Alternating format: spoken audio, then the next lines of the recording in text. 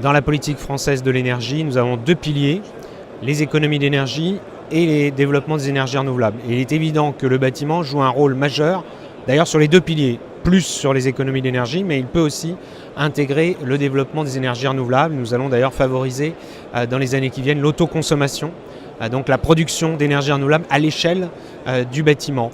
Mais c'est surtout évidemment les économies d'énergie sur les bâtiments neufs avec une nouvelle réglementation environnementale qui sera encore plus ambitieuse que celle de 2012 et elle viendra en 2020.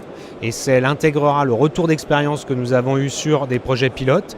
Et nous en avons plus de 600 qui vont nous permettre d'enrichir cette nouvelle réglementation de façon très concrète, pragmatique, et puis aussi la rénovation des bâtiments existants. C'est un énorme chantier qui coûte de l'argent, qui va nécessiter de mobiliser de l'investissement, du crédit, mais qui va aussi être une formidable opportunité pour les professionnels du bâtiment pour donner du travail, pour développer leur savoir-faire et surtout pour les occupants des logements, des bureaux, qu'ils soient propriétaires ou qu'ils soient locataires, de bénéficier d'abord de logements plus confortables.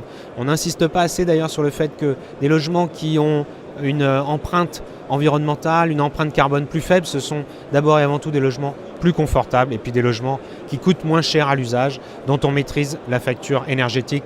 Et Dieu sait si pour les Français, comme partout dans le monde, c'est un enjeu majeur de solidarité, un enjeu majeur de pouvoir d'achat que de maîtriser sa facture énergétique.